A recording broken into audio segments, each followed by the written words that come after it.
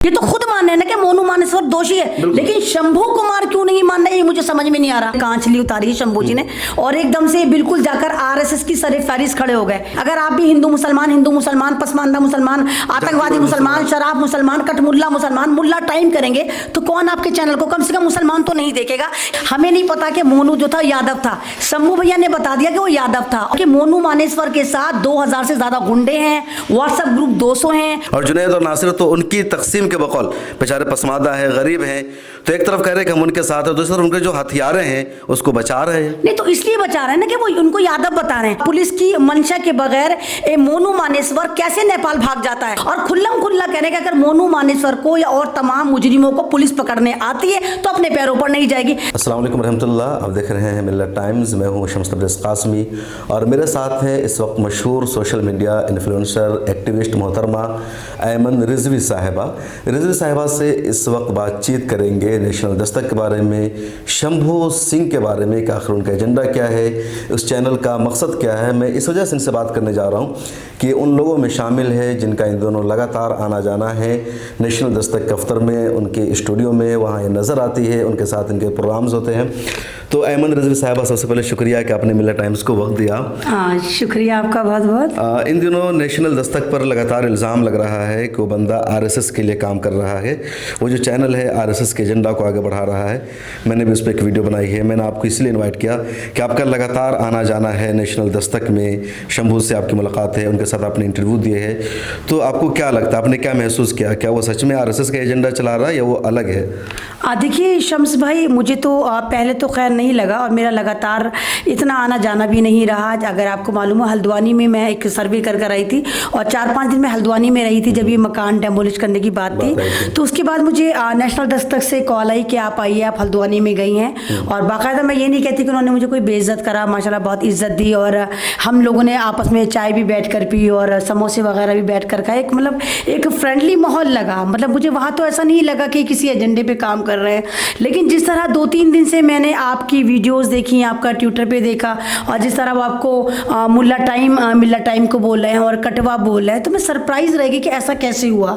लगातार मैंने उनके ऑफिस में काम करते हैं, चाहे वो मुस्लिम जर्नलिस्ट हों, चाहे उनके साथ उनके जो एक को फाउंडर हैं निधि रतन हो, मैंने उनसे भी बात करी और एक तरह से नहीं कहते कि अपने ख्यालात ट्रांसफ़र करें कि ऐसा शंभू क्यों कर रहे हैं, वो ऐसा कौन सा एजेंडा है जिस पर शंभू काम कर रहे हैं। क्योंकि अगर आप ये कह रहे हैं खुद को कि आप दलितों की सबसे बड़ी आवाज़ हैं और आप ये कह रहे हैं कि दलित और मुसलमान अगर एक आने चाहिए, तो फिर एक ऐसा कौन सा बीच में कोई ना कोई ऐसा इंसिडेंट हुआ है, कोई ना कोई इनको कहीं ना कहीं से कुछ ऐसा हिंट मिला है कि जहाँ पर ये एकदम मुस्लिम विरोधी काम करने लग गए हैं। क्योंकि मेरे इंटरव्यू में मुझे नहीं मालूम था ये अशराफ करते थे। इनकी उर्दू तो परफेक्ट है नहीं और मुझे भी अशराफ बोलते थे। मुझे अशराफ का मतलब समझ में नहीं आया क्योंकि हम लोगों की जो शीन है, एन खैन जो है बड़ा प्रॉपर है।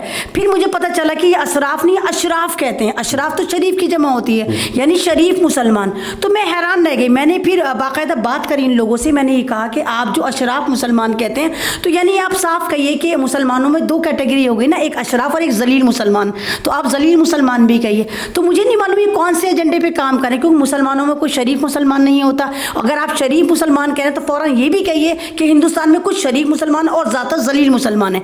फिर मैं देखूंगी ना कि आपका चैनल कैसे चलता है। बिल्कुल। अगर रात है तो रात का अपोजिट दिन है, अगर सफ़ेद है तो उसका काला है, अगर दिन है तो उसका रात है। तो अगर आप अशराफ मुसलमान कह रहे हैं तो आप इनडायरेक्ट वे में दूसरों को जलील मुसलमान कह रहे हैं। तो ये सन 2014 के बाद मुझे समझ में नहीं आया क्या हुआ। फिर इन्होंने शंभू जी ने मुझसे कहा कि मैं आपको एक लिंक दूंगा, आप उस लिंक को देखना। अली अनवर का लिंक उन्होंने भेजा, कोई अली अनवर साहब है, उनका लिंक उन्होंने भेजा। और अली अनवर साहब जो एक नामालूम कौन से यूनिवर्सिटी से पढ़े हुए थे, उनकी जो इंटरव्यू में था वो लगातार झूठ बोल रहे थे और पसमानदा मुसलमान कर रहे थे। और ये कहते कि मुसलमानों के कब्रिस्तान अलग हैं जी, पसमानदा मुसलमानों को पानी नहीं पीने देते जी, पसमानदा मुसलमानों में जो अशराफ मुसलमान हैं वो शादियां नहीं करते। आपको भी पता है कि आप मिल्लत टाइम का ऑफिस ओखला में है। ओखला की नियर अबाउट जो आबादी है, मैं आपके व्यूवर्स को, उन तमाम लोगों को बताना चाहूँगी कि आपको शायद नहीं पता, यहाँ पर 8.5 लाख से 9 लाख के करीब मुसलमान रहते हैं। इन्हीं के बकौल पसमानदा मुसलमान भी होंगे, इन्हीं के बकौल अशराफ मुसलमान भी होंगे। यहाँ का कब्रिस्तान सिर्फ एक है, तो इन्हीं के बकौल जो पसमानदा मुसलमान है, जो ये जलील मुसलमान कहना चाहते हैं, तो उनका कब्रिस्तान कौन सा है? आप यहाँ पर देखिए कितनी सारी मस्जिदें हैं, हर दूसरी गली में एक मस्जिद है। आप एक बात बताइए, क्या आपने कोई ऐसी मस्जिद देखी कि जहाँ पर जो है वो तेली अलग जाएंगे, नाई अलग जाएंगे, कसाई अलग जाएंगे, बढ़ई अलग जाएंगे? अरे नहीं जाते। मुसलमानों में ये कह रहे हैं कि कास्टिज्म होता है। मैंने माना कास्टिज्म होता है, वो काम के अकॉर्डिंग होता है। जिसने कारपेंटर का काम करा उसने बढ़ई लगाया, जिसने तेल का काम करा वो तेली बन गया, जो कसाई का काम करते हैं वो कुरैशी हो गए। लेकिन ये नहीं है कि हम कास्ट के आधार पर जो है उन लोगों को टारगेट करते हैं, उनकी मस्जिदें अलग होती हैं, कब्रिस्तान अलग होता है। ऐसा बिल्कुल भी नहीं। हमारी मस्जिद तमाम लोग नमाज पढ़ते हैं। ये एजेंडा आरएसएस का है कि मुसलमानों को आपस में बांटें, क्योंकि आरएसएस की बुनियाद ब्राह्मणिज्म पर है और ब्राह्मणवाद में है कि इंसानों को अलग अलग हिस्सों में तकसीम किया गया है। और आरएसएस की या ब्राह्मणवाद की एक साजिश रही कि अपने गुनाहों पर पर्दा डालने के लिए लोग मुसलमानों पर इल्ज़ाम लगाते हैं कि मुसलमानों में कास्ट सिस्टम पाया जाता है। लेकिन ये जो शंभू है तो कहते हैं कि हम ब्राह्मण के खिलाफ हैं, आरएसएस के खिलाफ है। अब जो आरएसएस का एजेंडा है उसको ये क्यों फैला रहे हैं? मुसलमानों में ये साबित कर रहे हैं कि तुम्हारे अंदर कास्ट है, तुम्हारे अंदर बिरादरियां हैं, तुम्हारे अंदर छुआछूत है। यही तो मुझे समझ में नहीं आ रहा। मैंने कहा ना, इनकी स्टाफ से लगातार मैं कॉल पे बात करी और मैं इनकी स्टूडियो में मात्र 4 बार गई। पहली बार मैंने आपसे बताया हल्द्वानी का जो मैटर हुआ तो उसके बाद मैं गई, उसके बाद मैं सिर्फ मात्र 4 बार गई। और मुझे आप जब ये वाली मैंने वीडियो देखी और जब इन्होंने मुझे अशराफ मुसलमान का जो कि अशराफ होता है, तो मुझे मतलब एक कहते नहीं कि मुझे बेचैनी हुई कि आखिर ये चाहते क्या हैं। और जिस तरह उन्होंने मिल्लत टाइम को मुल्ला टाइम का, तो ये तो गाली होगी ना। आप एक कम्युनिटी को मुल्ला बता के आप गाली दे रहे, फिर आपको कटवा भी बोला, कटवों का चैनल है, तो इस तरह मत करिए। या तो आप कहिए कि आप बाकी किसी एजेंडे पे काम कर रहे हैं। एक तरफ तो आप कहते हैं कि मुसलमान और दलित एक समान है, इन्होंने वहां पर भी टारगेट करा। मुझे तो लगता है कि ये दूसरों को कहते हैं कि व्हाट्सएप ज्ञानी है, मुझे तो व्हाट्सएप ज्ञानी यही लगता है। ये किसी एक इंसिडेंट को पकड़ के पूरी मुस्लिम कम्युनिटी को कटहरे में खड़ा कर देते हैं। आपको याद होगा भी एक 36 टुकड़ों वाला मामला आया, श्रद्धा आफ्ताब वाला, और बाद में वो जो आफ्ताब था वो पारसी निकला था, लेकिन इनका ज्ञान वहीं तक था जहां तक इन्होंने वीडियो देखी थी, उसके बाद इन्होंने कुछ नहीं देखा। और दूसरी बात, श्रद्धा आफ्ताब पर मैंने बैक टू बैक बहुत सारे इंटरव्यूज दिए थे और ये कहा था अगर आफ्ताब दोषी है तो उसको ऑन द स्पॉट फांसी दो। अभी कोई केस और निकल कर लेकर आ गए, कोई एक इंसिडेंट हुआ होगा कहीं हैदराबाद में कि कहते हैं कि किसी अशराफ मुसलमान ने एक दलित लड़की को खुदकुशी करवा दी जो डॉक्टर थी। आप एक बार बताइए, क्या उसका सुसाइड नोट मिला कि वो करवाया? और 140 करोड़ की आबादी में अगर कोई भी इंसिडेंट, कोई भी हादसा होता है तो आप पूरे भारत को, पूरी कम्युनिटी को टारगेट नहीं कर सकते। तो इनकी इन्हीं हरकतों से लगता है कहीं ना कहीं किसी एजेंडे पे काम कर रहे हैं। कर लेते वो दलित है, इन्होंने रिसर्च कर लिया कि श्रद्धा दलित थी, वो हैदराबाद की लेडी दलित है। अरे आप तो कह रहे हैं, इससे बड़ी बात देखिए ना, ये मोनू भैया कर रहे हैं। ये मोनू भैया कह रहे हैं उसको, और इन्होंने मतलब मोनू की कास्ट किसी को नहीं पता, हमें तक नहीं पता। हम लगातार, आप ये देखिए, हम भरतपुर पे रिसर्च कर रहे हैं, भरतपुर जा रहे हैं, भरतपुर पे इंटरव्यू दे रहे हैं, हमें नहीं पता कि मोनू जो था यादव था। शंभू भैया ने बता दिया कि वो यादव था और उसको कह रहे हैं कि मोनू भैया निर्दोष हैं। क्या है, मोनू मनीषा पर बहुत बड़ा आरोप है, सभी का आरोप है कि वो उसमें शामिल है। जुनैद और नासिर की हत्या में उसकी गाड़ी यूज हुई है, उस गाड़ी को इस्तेमाल करता था, उसका भाई आरोप लगा रहा है, वो भागा हुआ है, तब क्यों बचा रहा है? नहीं, मैं आपसे ये तो कह रही, हम खुद भरतपुर गए, हमने कहा आप ये देखिए कि जुनैद और नासिर इतने गरीब हैं कि उनके जो मकान है छोटे छोटे 2 कमरे, जिनका प्लास्टर भी नहीं हुआ हुआ। आप एक बात देखिए, अगर वो अपने बेटे का इल्जाम लगा रहे हैं, कुछ तो हुआ होगा। जबकि मोनू मानेश्वर के साथ 2000 से ज्यादा गुंडे हैं, व्हाट्सएप ग्रुप 200 हैं, और जिस बुलेरो में उसने आग लगाई और जिस गाड़ी का उसने इस्तेमाल करा, स्कॉर्पियो जो पहले से नजर आ रही थी, हमने भी लगातार बोला वो पुलिस की स्कॉर्पियो थी जो गौशाला से मिली, और उस स्कॉर्पियो पर जुनैद और नासिर के खून के धब्बे पाए गए। और वो स्कॉर्पियो कौन चला रहा था? मोनू मानेश्वर के पास थी। मोनू मानेश्वर, लगातार मोनू मानेश्वर की वीडियो आनी है जहां ये कह रहा है मुसलमानों को काटेंगे, मिनी पाकिस्तान नहीं बनने देंगे, हम तो जिंदा जला देंगे, हम तो जिंदा काट देंगे, और ये कह रहे हैं कि नहीं मोनू भैया है, मोनू भैया है। और एक बात बताइए, अगर वो कल्पित नहीं था, वो मुजरिम नहीं था, तो मोनू मानेश्वर को तो पुलिस स्टेशन जाकर बैठ जाना चाहिए था कि भाई मेरे पे इल्जाम लगा रहे हैं, अब मैं आपके पास आ गया, आप केस की देख रेख करो। वो तो नेपाल भाग गया, नेपाल भागा, ये भगाया, ये आपको सोचे, क्योंकि मोनू मानेश्वर जो है उसके पीछे पूरी लॉबी काम कर रही है। और जहां तक मैंने सर्वे करा, मुझे तो ये भी पता चला कि हरियाणा में इस बार परिवार जो बीजेपी वो जाति नजर आ रही, इसीलिए इन्होंने मुसलमानों को टारगेट करना शुरू कर दिया। इन्होंने राजस्थान के 2 मुसलमान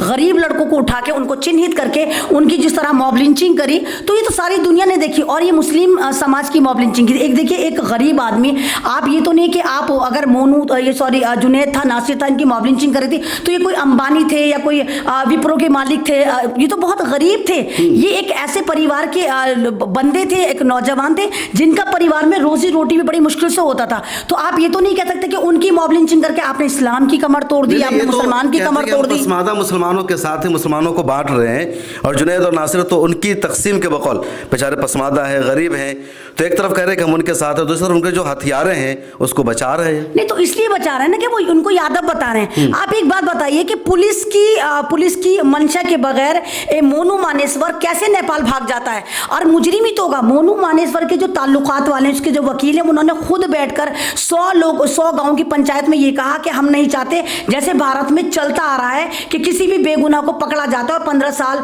उसको सजा होती है, यूएपीए लगता है, बाद में बाइज्जत बरी कर दिया जाता है। यानी मुस्लिम समाज के साथ ऐसा करा जाता है, दूसरे समाज के साथ तो नहीं। तो उन्होंने कहा कि हम नहीं चाहते कि मोनू मानेसवर के साथ ऐसा हो। और खुल्लम खुल्ला कहने का, अगर मोनू मानेसवर को या और तमाम मुजरिमों को पुलिस पकड़ने आती है तो अपने पैरों पर नहीं जाएगी। ये तो खुद मान रहे हैं ना कि मोनू मानेसवर दोषी है, लेकिन शंभू कुमार क्यों नहीं मान रहे, ये मुझे समझ में नहीं आ रहा। और उन लोगों को भी समझना होगा जिनको लगता है कि शंभू कुमार सिंह हमारे आइडियल हैं, हमारी आवाज़ है, हमारे मसीहा है।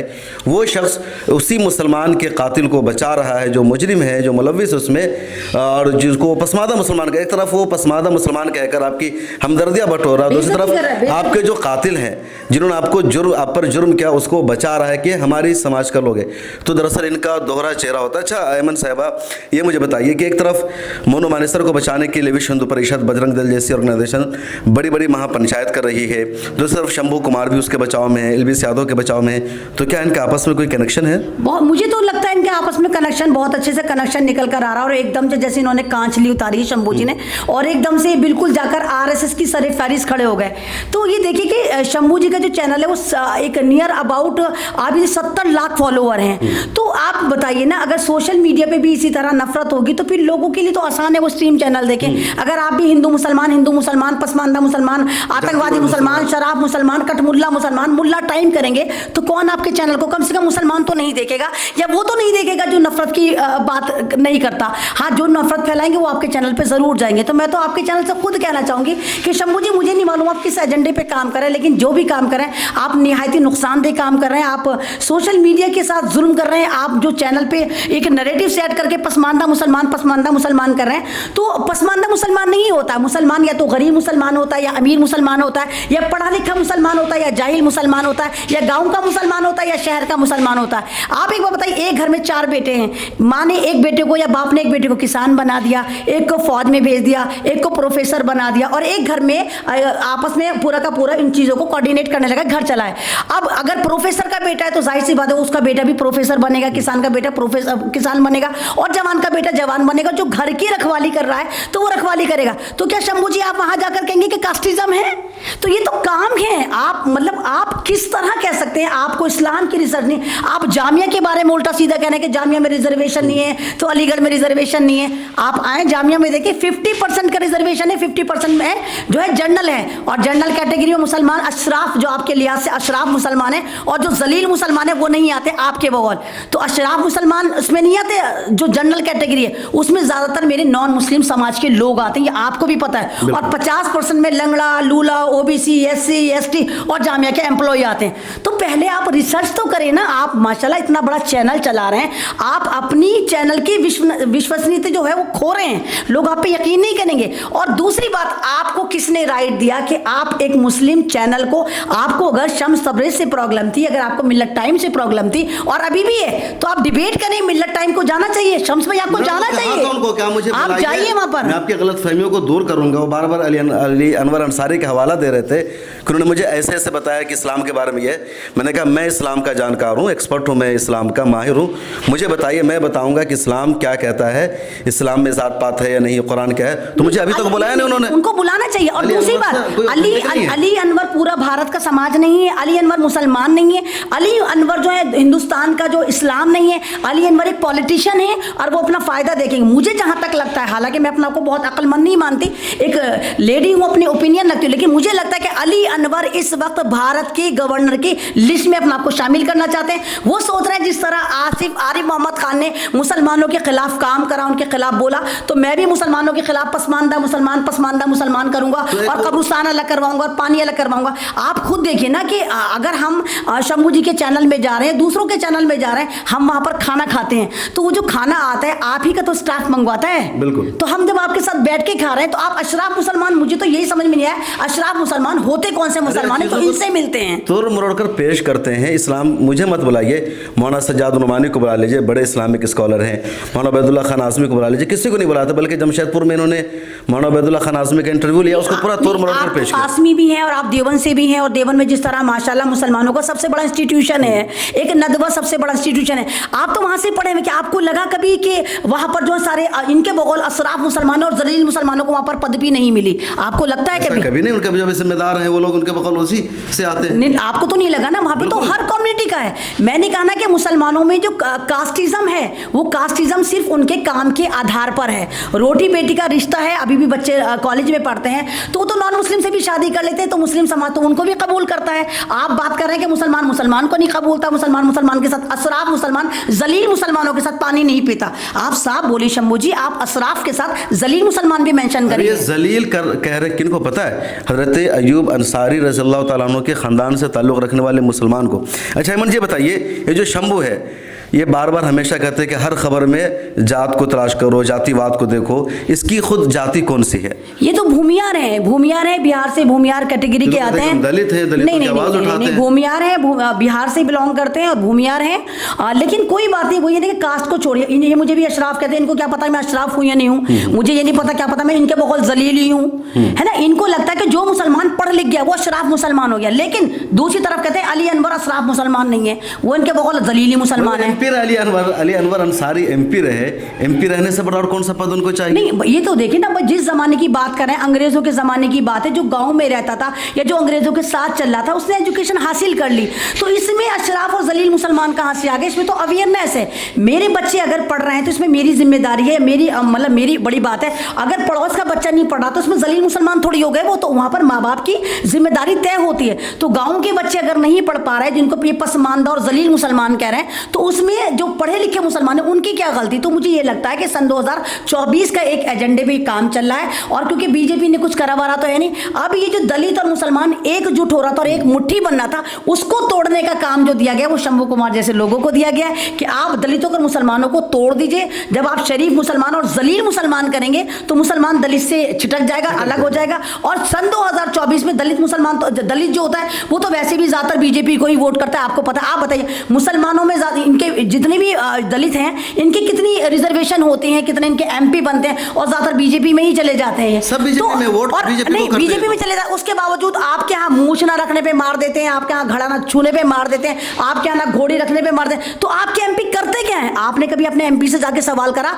कि तुम तो पार्लियामेंट में हो, आपको पता है कि जितने भी भारत में एमपी है उसमें 70% जो है SC ST के रिजर्व हैं। तो ये जो 70% पार्लियामेंट में चुन के जाते हैं, ये तुम्हारे लिए आवाज क्यों नहीं उठाते? लेकिन फिर भी आप अशराफ मुसलमान और जलील मुसलमान का जो खेल खेल रहे हैं, शंभू जी इसको बंद करिए, क्योंकि ये चीज गलत है। आपका चैनल इस वक्त बड़ा चैनल है और इस पे बहुत सारे मुसलमान भी जुड़ रहे हैं। अगर आप इसी एजेंडे पे काम कर दिया तो आप खुल के कहिए कि आप RSS के एजेंडे पे काम करें, तो चलिए हमें भी सब्र आ जाएगा, आप जैसे लोगों को भी सब्र आ जाएगा। फिर ये आपको कट मुल्ला बोलें या मुल्ला टाइम बोलें, हमें सब्र आ जाएगा, क्योंकि बदतमीजी गैंग RSS के साथ काम कर रहे हैं। लेकिन अगर आप एक तरफ कह रहे हैं कि आप दलितों के साथ काम कर रहे हैं, आप मनुवाद से लड़ रहे हैं, आप ब्राह्मणवाद से लड़ रहे हैं, तो फिर वहां पर आपका एजेंडा काम नहीं आएगा, क्योंकि खुल्लम खुल्ला तो आप मुसलमानों को गालियां दे रहे हैं, उन्हें कटमुल्ला बोल रहे हैं, मुल्ला टाइम बोल रहे हैं, अशराफ और जलील मुसलमान बोल रहे हैं। तो आपके लिए बस मेरा एक ही शेर है कि हम उनसे तो बेहतर हैं जो रूप बदलते हैं, हम उनसे तो बेहतर हैं जो रूप बदलते हैं, माना के खराशे हैं, चेहरा तो हमारा है। बहुत शुक्रिया। तो आप थी ऐमन रिजवी साहिबा, मशहूर सोशल मीडिया इन्फ्लुएंसर है, एक्टिविस्ट है। हर जगह आप इनको देखते हैं, सुनते हैं, लाखों करोड़ों लोगों तक इनकी आवाज़ पहुंचती है। इन्होंने मिल्लत टाइम्स को आज अपना समर्थन दिया है, सपोर्ट किया है और जो सच्चाई है उसको इन्होंने बताया है। साजिश को समझिए। कई लोग आते हैं जो आपसे हमदर्दी जाहिर करेंगे, पहले आपके दिलों में जगह बनाएंगे और जब आप उनके अपना समझने लगेंगे, लगे कि हमारी आवाज़ है, हमारे मसीहा हैं, तब फिर वो अपना असल एजेंडा जाहिर कर देते हैं और तब अफसोस होता है आपको कि हमने किसको अपना समर्थन देना शुरू कर दिया था। और शंभू कुमार के बारे में भी कुछ ऐसा ही मामला हुआ है। शुरू में इन्होंने काफ़ी मेहनत करके मुसलमानों के दिलों में अपनी जगह बनाई और अब इन्होंने अपनी असलियत दिखा दी है और ये आरएसएस के एजेंडा पर खुल करके काम कर रहे हैं। अपनी ज़ाती तक को इन्होंने छुपाया। कोई अगर अपनी ज़ात को छुपाता है, अपनी शनाख्त को छुपाता है, तो समझ जाइए कि उसके पीछे कोई ना कोई एजेंडा है और वो एजेंडा अब बेनकाब हो गया है। ये अलग बात है कि इसकी जाति भी अब बेनकाब हो गई है। ये खुद को दलित कह रहे थे या कभी ओबीसी, लेकिन अभी भूमिहार से आते हैं और भूमिहार का मतलब होता है, बिहार में ज़्यादातर ये कास्ट पाया जाता है जिनके पास ज़मीन होती है, जायदाद होती है और ये अपना असर व रसूख करते हैं। खुद इन पर इल्ज़ाम लगता है दूसरों पर जुल्म और अत्याचार करने का। तो ये सारी बातें थी। उम्मीद है आपको ये वीडियो पसंद आया होगा। कमेंट सेक्शन में अपनी राय ज़रूर लिखेगा। फिर मुलाकात होगी। अपना ख्याल रखिए। अल्लाह हाफिज़।